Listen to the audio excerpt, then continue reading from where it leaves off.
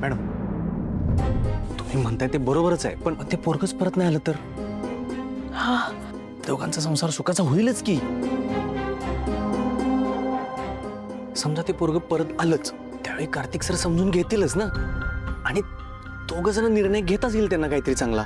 शुभू, अरे ही तुमच्या राजकारणातली युती नाहीये, हे जन्माचं नातं आहे. आणि कुठलंही नातं हे विश्वासावर उभं राहतं आणि त्यावरच टिकतं. नात्यात विश्वास नसल्यावर काय होतं ना, हे चांगलंच माहिती रे मला. ए बघ मोक्षा, तू ना एकदा माझं नीट ऐक. लग्नाच्या आधी जर तू कार्तिकला सगळं सांगितलंस ना, तर त्याला अवघड नाही जाणार. पण समजा लग्न झाल्यावर त्याला सगळं कळलं, तर त्याला नक्की हेच वाटेल की तू त्याला फसवलंस. आपलं लग्न होणार हे विसरू नकोस मोक्षा. उगाच कुठल्या तरी परपुरुषाबरोबर असं हे मी नाही खपून घेणार. नाही, मी हे नाही करू शकत. माझं त्याच्यावर खूप प्रेम आहे ग, मला तो हवा आहे. मी आता त्याला नाही गमवू शकत. मोक्षा, तुला मामा बोलावतायत.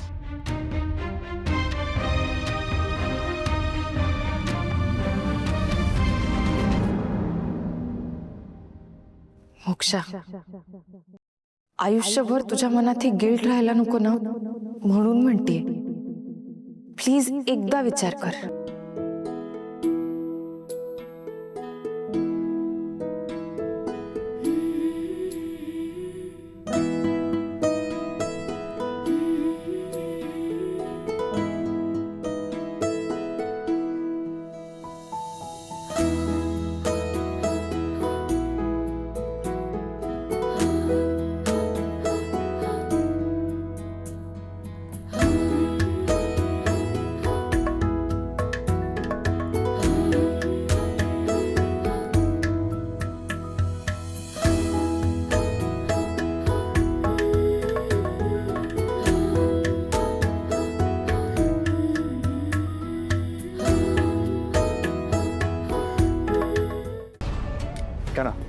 मॅडम मॅडम मॅडम ऐका की 2 मिनिटं. हो, साहेबांनी मांडवा त्याला मनाई केलंय माहिती आहे ना तुम्हासनी. त्यात तुम्ही मुलावर पाणी मारून राडा केलाय सा. आता काही करू नका असं. हो अरे शुभू, असं काय करतोस? माझ्या बहिणीचं लग्न आहे, हा क्षण परत येणार आहे का? बाबांचा शब्द.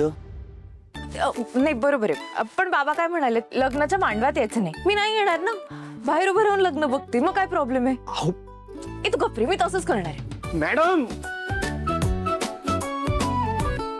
आता दोघांनी नमस्कार करा आणि तू कलशाला हळद कुंकू वा आणि तुम्ही फुलं वाहून घ्या.